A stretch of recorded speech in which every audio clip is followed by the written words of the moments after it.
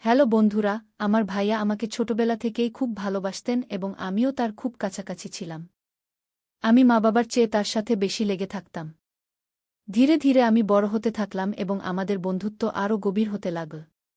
সেই সময় আমি নতুন যৌবনে পা রাখছিলাম এবং আমার বান্ধবীদের কাছ থেকে পুরুষ ও নারীর সম্পর্কে নতুন নতুন কথা শুনছিলাম। ভাইয়ার সাথে আমার বন্ধুত্ব এতটাই গভীর ছিল যে আমি তার সাথে সব কথা শেয়ার করতাম এবং তার সাথে কথা বলে আমি অনেক শান্তি পেতাম। এক রাতের কথা, মা-বাবা বাড়িতে ছিলেন না। ভাইয়ার মাথায় খুব তীব্র ব্যথা হচ্ছিল। তিনি আমাকে বললেন, কাজল, একটু চা বানিয়ে আমার রুমে নিয়ে আসো। আমি দ্রুত চা বানিয়ে ভাইয়ার রুমে নিয়ে গেলাম। ভাইয়া চা সাইড টেবিলে রাখতে বললেন।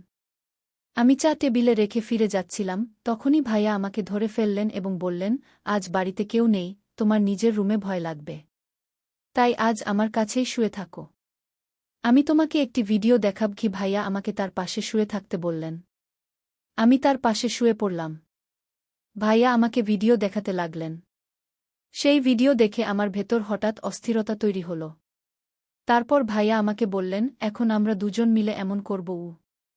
চলো বন্ধুরা, আমি শুরু থেকে বলি কি হয়েছে। আমার নাম কাজল, আমি ১৯ বছর বয়সী। আমি এইমাত্র ১২তম শ্রেণী পাস করেছি। আমার পড়াশোনার সম্পর্কে অনেক শখ ছিল, কিন্তু আমার বাবা আমার পড়াশোনার বিরোধী ছিলেন। আমি মা এবং ভাইয়াকে বললাম যে আমি আরও পড়তে চাই, তাই দয়া করে আপনারা দুজনই আমাকে সাহায্য করুন এবং বাবাকে রাজি করান। মা তার পক্ষ থেকে অনেক চেষ্টা করলেন, কিন্তু বাবা রাজি হচ্ছিলেন না। তার কথা ছিল যে আজকাল কলেজে পড়াশোনা কম এবং প্রেমের সম্পর্ক বেশি চলে। তখন আমার ভাইয়া বাবাকে বোঝালেন এবং আমার গ্যারান্টি নিলেন যে আমি এমন কিছু করব না এবং শুধু পড়াশোনায় মন দেব। তখন বাবা রাজি হয়ে ভাইয়াকে বললেন, আজ থেকে কাজলের দায়িত্ব তোমার। যদি সে কোনো ভুল করে, তবে এই বাড়ি এবং পরিবারের ইজ্জতে দাগ লাগবে এবং কাজলের পাশাপাশি তোমারও খারাপ হবে। ভাইয়া বাবাকে বললেন, বাবা, চিন্তা করো না, আমি কাজলের প্রতিটি কাজের উপর নজর রাখব। সেই সময় আমি জানতাম না ভাইয়ার মনে কি চলছিল এবং তিনি কেন আমার এত পক্ষ নিচ্ছেন। কিন্তু মজার ব্যাপার ছিল যে আমি কখনো ভাবিনি যে আমি এবং ভাইয়ার বন্ধুত্ব এতদূর যাবে। কিছুদিনের মধ্যেই ভাইয়া আমার সাথে গিয়ে আমার কলেজে ভর্তি করিয়ে দিলেন। শুরুতে আমি খুব মন দিয়ে পড়াশোনা করতে লাগলাম এবং কলেজে কারো সাথে বেশি মিশতাম না। কলেজে যা হতো সব আমি রাতে ভাইয়াকে বলতাম। ভাইয়াও আমার সাথে খুব ফ্রেন্ডলি হয়ে গিয়েছিলেন এবং আমার মনে হচ্ছিল যে তিনি আমাকে কিছুটা অদ্ভুত দৃষ্টিতে দেখেন। ভাইয়া গ্রামে থাকতেন এবং চাকরির সূত্রে আমাদের বাড়িতেই থাকতেন। তারপর কলেজে আমার একটি মেয়ের সাথে বন্ধুত্ব হয়ে গেল। তার সাথে বন্ধুত্ব করার পর আমার জীবন বদলে যেতে লাগল। সে আমাকে বলল যে তার বিয়ে ঠিক হয়ে গেছে এবং একদিন সে আমাকে তার বাগদত্তার সাথে পরিচয় করিয়ে দিল। আমার বান্ধবী আমাকে বলল যে তাদের বিয়ে ঠিক হয়ে গেছে এবং এখন তারা দুজনেই একে অপরের সাথে সব সীমা অতিক্রম করে ফেলেছে। তারপর আমি আমার বান্ধবীর কাছ থেকে সেই সব জানার চেষ্টা করতে লাগলাম যা সম্ভবত আমার বয়সে জানা উচিত ছিল না। আমার বয়স এমন ছিল যে আমি এই কথা জানার পর সহজেই ভুল পথে চলে যেতাম এবং তারপর ঠিক তাই হতে লাগল। আমিও সেই সব বিষয়ের প্রতি আগ্রহী হয়ে উঠলাম। আমার কোনো ছেলের সাথে বন্ধুত্ব ছিল না, তাই যখনই আমি এমন কথা ভাবতাম, আমার মাথায় ভাইয়ার ছবি ভেসে উঠত। কিন্তু ভাইয়ার আচরণ এবং তার কথা আমার চিন্তাকে আরও উস্কে দিত। যদিও আমি তখনও ভাইয়ার মনের কথা বুঝতে পারিনি। কখনো কখনো আমার মনে হতো যে সম্ভবত সেও আমার সম্পর্কে এমনই ভাবত।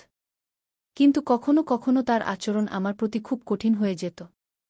তিনি আমাকে মনে করিয়ে দিতেন যে আমার বাবা কতটা কঠোর এবং যদি আমি কোনো ভুল করি, তবে আমার পাশাপাশি তারও খারাপ হবে। তার এই কথা শুনে আমি নিজেকে নিয়ন্ত্রণ করার চেষ্টা করতাম। কিন্তু বলে না যে যৌবন অন্ধ হয়। যৌবন এমনই, যেমন শীতে আগুন জ্বললে হাত গরম করেই নেওয়া হয়। আমি যে কলেজে যেতাম, আবার সেখানেই সেইসব কথা শুনতে পেতাম। তারপর আমি কলেজ থেকে বাড়ি এসে আমার বন্ধুদের বলা কথাগুলো নিয়ে ভাবতে থাকতাম। সেদিন আমার ভাইয়া চাকরি থেকে বাড়ি ফিরে এসে বসে বললেন, কি ভাবছ কাজল? আমি গভীরভাবে ভাইয়ার দিকে তাকিয়ে বললাম, ভাইয়া, তুমি জানো আমার বান্ধবী আজ আমাকে কি বলেছে? প্রতিবারের মতো আজও আমি ভাইয়ার সাথে আমার মনের কথা শেয়ার করতে লাগলাম। আমার অভ্যাস ছিল যে আমি আমার সব কথা ভাইয়াকে বলতাম, তা যে কোনো বিষয় হোক না কেন। ভাইয়া আমাকে উপর থেকে নিচ পর্যন্ত দেখে বললেন, হ্যাঁ বলো, কি বলতে চাও? তোমার বন্ধু তোমাকে কি বলেছে? আমি বললাম, আমার বন্ধু আমাকে বলছিল যে ইন্টারনেটে অনেক ধরনের ভিডিও আছে যেখানে সব ধরনের মশলা পাওয়া যায়। তাই আমি বলছিলাম যে আপনার কাছেও তো মোবাইল আছে এবং নেটের প্যাকেজও লাগানো আছে। আপনি নিশ্চয়ই সেই ভিডিওগুলো দেখেছেন। তাহলে আমরা দুজন মিলে ভিডিও দেখে এনজয় করি না কেন? আমি এই কথা বলার সময় আমার মুখ ভাইয়ার কাছাকাছি এনে ফিসফিস করে বললাম। তিনি ফ্যালফ্যাল করে আমার দিকে তাকিয়ে রইলেন। আমার মনে হলো তিনি আমাকে ভালো করে ডাকবেন। কিন্তু হঠাৎ তিনি আমাকে খুব গভীরভাবে দেখলেন এবং মনে মনে কিছু সিদ্ধান্ত নিলেন, তারপর হাসলেন এবং ফিসফিস করে বললেন, দেখো কাজল, এমন কথা তোমার বাবার সামনে বলো না। না হলে তোমার বাবা তোমার তো বেহাল করবেই, কিন্তু আমাকে বাড়ি থেকে বের করে দেবে, কারণ আমি তোমার দায়িত্ব নিয়েছি। তাহলে আমার থাকার সমস্যা হয়ে যাবে। আর ভিডিও দেখার কথা হলে তুমি রাতের বেলা আমার রুমে চলে আসবে। আমি তোমাকে সব ধরনের ভিডিও দেখিয়ে দেব। ভাইয়ার চোখে এক চমকদার শারীরিক অসুস্থতা ছিল যা আমি তখন বুঝতে পারিনি। এরপর ভাইয়া তার রুমে চলে গেলেন এবং আমি পড়াশোনা করতে বসলাম। কিন্তু আমার মন পড়ায় লাগছিল না, শুধু রাতের কথা ভাবছিলাম। তবে পড়াশোনা করাও জরুরি ছিল, কারণ পড়াশোনার ব্যাপারে ভাইয়া খুবই কঠোর ছিলেন। তিনি আমাকে বলতেন, সবার আগে তোমার পড়াশোনা, বাকি মজা পড়ে। তার কথা ছিল যে যদি আমি পড়াশোনায় ভালো থাকি, তাহলে আমার বাবাও বুঝবেন এবং আমার স্বাধীনতার দরজা খুলে যাবে। তার এই কথা আমারও খুব ভালো লাগত। তাই আমি মন থেকে সব কথা সরিয়ে মন দিয়ে কলেজের কাজ করতে বসলাম এবং দ্রুত সব কাজ শেষ করলাম। রাত যত ঘনিয়ে আসছিল আমার মনেও তোলপাড় হচ্ছিল। যখন আমি সব কাজ থেকে মুক্ত হলাম, তখন রাতে আরাম করে ভাইয়ার রুমে চলে গেলাম। আমি যখন রুমে ঢুকলাম, ভাইয়া মেয়েদের ম্যাগাজিন দেখছিলেন। আমাকে দেখে তিনি হাসলেন এবং ম্যাগাজিনটা লুকিয়ে ফেললেন। শীতের মৌসুম চলছিল এবং দিন দিন ঠান্ডা বাড়ছিল। আজ রাতটা ছিল খুব ঠান্ডা, তাই আমি গিয়েই ভাইয়ার বিছানায় গিয়েও ঢুকে পড়লাম এবং তার পাশে ঘেঁষে বসে বললাম, আমাকে দ্রুত সেই ভিডিওগুলো দেখিয়ে দিন, না হলে বাবা আসার সময় হয়ে যাবে। তবে সময় নষ্ট না করে আমি ভিডিও দেখতে শুরু করলাম। ভিডিও দেখার পর আমার ভেতর একটা অদ্ভুত পরিবর্তন অনুভব করলাম। কিন্তু হঠাৎ, কখনো কখনো আমি কিছু ভিডিও দেখছি কিনা, বাবার আচমকা আমার রুমে চলে এলেন। বাবা কঠোর স্বরে বললেন, এত রাতে ভাইয়ের রুমে কি করছ? চলে যাও তোমার রুমে। বাবা খুব কঠোর স্বভাবের ছিলেন এবং আমি তাকে খুব ভয় পেতাম। তাই তিনি যেই বললেন, আমি সব ভুলে গিয়ে তাড়াতাড়ি আমার রুমে চলে এলাম। আমি ভেবেছিলাম, বাবা ভাইয়ার রুম থেকে বেরিয়ে তার রুমে গেলেই আমি আবার ভাইয়ার রুমে চলে যাব। কিন্তু সেই রাতে বাবার ভাইয়ার সাথে জরুরি কাজ ছিল, তাই তিনি অনেকক্ষণ ভাইয়ার রুমেই বসে রইলেন। আমি অপেক্ষা করতে করতে ঘুমিয়ে পড়লাম এবং বুঝতেই পারলাম না বাবা কখন ভাইয়ার রুম থেকে বেরিয়েছেন। পরের দিন কলেজ থেকে ফিরে আমি অধীর আগ্রহে রাতের অপেক্ষা করতে লাগলাম। আমি কিছু ভিডিও দেখে ফেলেছিলাম এবং সেগুলো দেখার ইচ্ছা আমাকে অস্থির করে তুলছিল। যখন সময় হলো, আমি ভাইয়ার রুমে ভিডিও দেখতে গেলাম। কিন্তু ভাইয়া বললেন, আমি এখন অফিসের কাজ শেষ করি, তারপর তুমি একটু পরে আসবে। আমি তোমাকে ভিডিও দেখিয়ে দেব। আমি সকাল থেকেই ভিডিও দেখার জন্য ব্যাকুল ছিলাম, তাই ভাইয়ার উপর একটু রাগ করে ফিরে বসলাম। ঠিক তখনই আমার মোবাইলে একটি নতুন নম্বর থেকে মেসেজ এল। সে একটি ছবি পাঠিয়েছিল এবং সেটা দেখে আমার চোখ ছানাবড়া হয়ে গেল। আমি ছবিটা দেখছিলাম কিনা, সেই লোকটি মেসেজ করা শুরু করল। সে খুব রোমান্টিকভাবে কথা বলছিল। আমি আগে থেকেই উত্তেজিত ছিলাম, তাই আমিও সেইভাবে জবাব দিতে লাগলাম। এরপর মনে হলো এই কথা ভাইয়াকে বলা উচিত। আমি তাড়াতাড়ি ভাইয়ার রুমে গেলাম, কিন্তু তার দরজা বন্ধ ছিল। তাই আমি ফিরে আমার রুমে এলাম এবং সেই অচেনা ছেলের সাথে কথা বলতে লাগলাম। আমি তাকে বললাম যে আমি তাকে দেখতে চাই এবং ভিডিও কল করতে বললাম, কিন্তু সে ছেলে রাজি হল না। এদিকে আমি লক্ষ্য করলাম যে ভাইয়া তার ঘর থেকে বেরিয়ে সিঁড়ি দিয়ে উপরের ছাদের দিকে যাচ্ছেন। তার হাতে মোবাইল ছিল। আমি অবাক হলাম যে তিনি রাতের এই সময় ছাদে কেন যাচ্ছেন।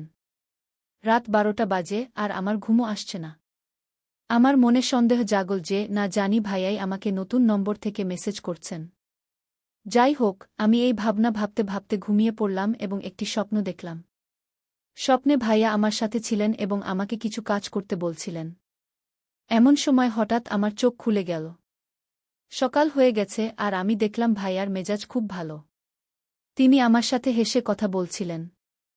এর আগে আমি কলেজে পায়ে হেঁটে যেতাম, কিন্তু সেই দিন দাদা বললেন, আজ আমি তোমাকে আমার বাইকে করে কলেজে ছেড়ে দেব। আমি তার সাথে রওনা দিলাম। কলেজ শেষ হতেই গেট থেকে বেরিয়ে দেখলাম দাদা আগে থেকেই আমার জন্য অপেক্ষা করছেন। সেই দিন আমি খুব মনখারাপ ছিলাম, কারণ আমার সখী আমার উপর রাগ করেছিল। আমাদের মধ্যে কিছু নিয়ে ঝগড়া হয়েছিল। পথে দাদা আমার মন খারাপের কারণ জিজ্ঞাসা করলে আমি বললাম যে আমার সখীর সাথে ঝগড়া হয়েছে এবং আমার মন খুব খারাপ। দাদা বললেন, চলো তোমার মন ভালো করি কে বলে তিনি বাইক একটি বিরিয়ানির দোকানে থামালেন। তিনি জানতেন যে আমি বিরিয়ানি খুব পছন্দ করি। আমরা দুজন সেখানে বসে বিরিয়ানি খেলাম এবং কোল্ড ড্রিঙ্কও পান করলাম। দাদা সেখানেও আমাকে হাসানোর চেষ্টা করছিলেন। এরপর আমরা বাড়ি ফিরে এলাম। সেই দিন বাড়িতে মা বাবা ছিলেন না, সম্ভবত কোনো আত্মীয়ের বিবাহে গিয়েছিলেন। বাড়ি এসে দাদা আমাকে জিজ্ঞাসা করলেন, তুমি আমাকে আবার সেই ভিডিও দেখতে বললে না কেন? আমি উত্তর দিলাম, আমি তো আগেই দেখে ফেলেছি। এ কথা শুনে দাদা চমকে গেলেন এবং আমার দিকে তাকালেন। তিনি জিজ্ঞাসা করলেন, তুমি কিভাবে দেখলে? তোমার কাছে তো শুধু ভয়েস প্যাকেজ আছে। আমি বললাম, আমার একটি নতুন বন্ধু হয়েছে, সে পাঠিয়েছিল। আমি রাতে আপনাকে বলতে এসেছিলাম, কিন্তু আপনি ঘুমাচ্ছিলেন। এ কথা শুনে দাদা গভীর চিন্তায় ডুবে গেলেন। তিনি বললেন, তুমি যাও এবং কাপড় বদলে এসো। আমি আমার ঘরে গিয়ে কাপড় বদলে ফিরে আসার পর দেখলাম দাদা আমার মোবাইলে কিছু খুঁজছেন। আমাকে দেখে তিনি মোবাইল টেবিলে রেখে দিলেন। তারপর আমরা দুজন একসাথে খাবার খেলাম। খাবার খাওয়ার সময় আমি দাদার দিকে তাকালে মনে হচ্ছিল তিনি আমাকে অদ্ভুত দৃষ্টিতে দেখছেন। আমার মনে হচ্ছিল তিনি আমাকে কিছু বলতে চাইছেন, কিন্তু বলতে পারছেন না। আমি মনে মনে ভাবতে লাগলাম, দাদা, এখনই বলে দাও না, আমি তোমাকে মানা করব না। এমন সময় আমার নজর দাদার মোবাইলে পড়ল। আমি আজও সেই অজানা ছেলের মেসেজের অপেক্ষায় ছিলাম, কিন্তু সে এখনও আমাকে মেসেজ করেনি। দাদাও কিছু বলতে হিচকিচ করছিলেন। এমন সময় আমি মোবাইল তুলে নিলাম এবং নিজেই সেই নম্বরে মেসেজ করতে শুরু করলাম। কিন্তু দাদা আমার হাত থেকে মোবাইল কেড়ে নিলেন। আমার মনে হল সম্ভবত তার ঈর্ষা হচ্ছে। দাদা বললেন, খাবার সময় মোবাইল ব্যবহার করা ভালো অভ্যাস নয়। তাই মোবাইল আমাকে দাও। বলে তিনি আমার মোবাইল তার কাছে রেখে দিলেন। আমি দ্রুত খাবার শেষ করে দাদাকে বললাম, এখন তো আমার মোবাইল ফেরত দাও। দাদা বললেন, দেব, কিন্তু আগে তুমি বাসনপত্র গুছিয়ে আমার ঘরে এসো। আমি খুশি হলাম, মনে হলো ঈর্ষার বসে আজ দাদা আমার ইচ্ছা পূরণ করবেন। আমি দ্রুত বাসনপত্র গুছিয়ে কলেজের কাজও শেষ করলাম। রাত 11টায় যখন আমি দাদার ঘরে গেলাম এবং বললাম, এখন তো আমার মোবাইল ফেরত দাও, আমার সেই বন্ধুর সাথে কথা বলতে হবে। দাদা বললেন, আমার মাথায় খুব তীব্র ব্যথা হচ্ছে। যাও, আগে আমার জন্য এক কাপ ভালো চা বানিয়ে আনো। আমি চা বানাতে চলে গেলাম। কিছুক্ষণ পরে আমি চা নিয়ে ঘরে এলাম এবং চা টেবিলে রেখে দিলাম। আমি ফিরে যেতে যেতেই দাদা আমার বাহু ধরে বললেন, আজ রাত তুমি আমার ঘরেই থাকবে। আমি নিঃশব্দে তার দিকে তাকালাম, কারণ আজ রাতে আমার সেই ছেলের সাথে ভিডিও কল করতে হবে। আমি ইচ্ছাকৃতভাবে দাদাকে বললাম, আমি আমার ঘরে যাব এবং আমার বাহু ছাড়িয়ে ঘর থেকে বেরোতে গেলাম। কিন্তু দাদা আমাকে থামালেন এবং কঠোর স্বরে বললেন, আমি যা বলেছি তাই করো। তিনি আমাকে বিছানায় শুইয়ে দিলেন। আমি ভয়ে শুয়ে পড়লাম। তারপর সারারাত ধরে দাদা আমার সাথে যা করলেন তা আমি কখনো ভাবতেও পারিনি। তিনি অনেকক্ষণ ধরে আমার মোবাইল ব্যবহার করলেন এবং আমাকে ঘুমাতেও দিলেন না। রাত 12টায় তিনি আমাকে বললেন, তুমি কি দেখতে চাও যে সেই ছেলেকে, যে তোমাকে ভিডিও কল এবং ছবি পাঠায়? ভাইয়ের কথায় আমি খুব খুশি হলাম এবং বললাম, হ্যাঁ, আমি দেখতে চাই। ভাইয়া আমার হাতে মোবাইল দিলেন এবং বললেন, দেখো এটা। তার ছবি দেখে আমার হুঁশ উড়ে গেল, কারণ ওই ছেলেটি আমার বন্ধুর বাগদত্তা ছিল। আমি ফেটে যাওয়া চোখে ভাইয়ার দিকে তাকাতে লাগলাম। আমার চোখ থেকে অশ্রু বেরিয়ে পড়ল। তারপর ভাইয়া বলতে শুরু করলেন, যখন তুমি আমাকে এই ছেলেটির সম্পর্কে বলেছিলে, তখনই আমি বুঝে গিয়েছিলাম যে কেউ তোমাকে বোকা বানাচ্ছে। এই জন্য আমি তোমার মোবাইল থেকে ওই ছেলেটির সাথে কথা বলা শুরু করেছিলাম। সে তোমার ছবি সোশ্যাল মিডিয়ায় পোস্ট করতে যাচ্ছিল।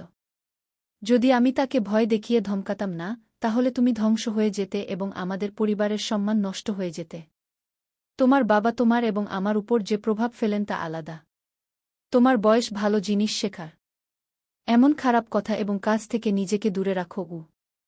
যখন তুমি আমার সাথে এমন কথা বলতে, আমি সেগুলোকে তোমার শিশুসুলভ আচরণ ভেবে এড়িয়ে যেতাম। কিন্তু পরে আমি বুঝতে পেরেছিলাম যে আমাকে তোমাকে বোঝানো উচিত। এই জন্য আমি তোমার সাথে কঠোর হওয়ার বদলে বন্ধুত্ব বাড়িয়েছিলাম। যদি আমি তোমাকে কঠোরভাবে বোঝাতাম, তাহলে হয়তো তুমি রাগ করে আমার থেকে দূরে সরে যেতে এবং অন্যদের ফাঁদে পড়তে। ভাইয়ার কথা শুনে আমি ফুটে ফুটে কাঁদতে লাগলাম। তিনি আমাকে সান্ত্বনা দিলেন এবং বোঝালেন যে আমি কলেজে এমন মেয়েদের সাথে বন্ধুত্ব করব যারা পড়াশোনায় ভালো এবং ফালতু কথায় জড়ায় না। আমি ভাইয়াকে বললাম, আমি এখন শুধু আমার পড়াশোনায় মন দেব। এমন ছেলে মেয়েদের খারাপ কাজে এখন একদম জড়াব না গে। বন্ধুরা, আজকের যুগে মা বাবা প্রায়ই তাদের সন্তানদের সাথে সব কথা শেয়ার করার অনুমতি দেন না, যা এক ধরনের অবিচার। সন্তানদের ভালো এবং খারাপ কাজের পার্থক্য বোঝানো খুব জরুরি। তাদের শেখানো উচিত যে স্কুল বা কলেজে কোনো ভুল আচরণ হলে তারা যেন অবিলম্বে তাদের মা বাবাকে জানায়। এভাবে ভবিষ্যতে আসতে পারে এমন সমস্যা থেকে বাঁচা যায়। সন্তানদের সঠিক এবং ভুলের মধ্যে পার্থক্য বোঝানো এবং তাদের প্রতিটি পদক্ষেপে নজর রাখা জরুরি, যাতে তাদের এবং তাদের পরিবারের সম্মান সবসময় সুরক্ষিত থাকে।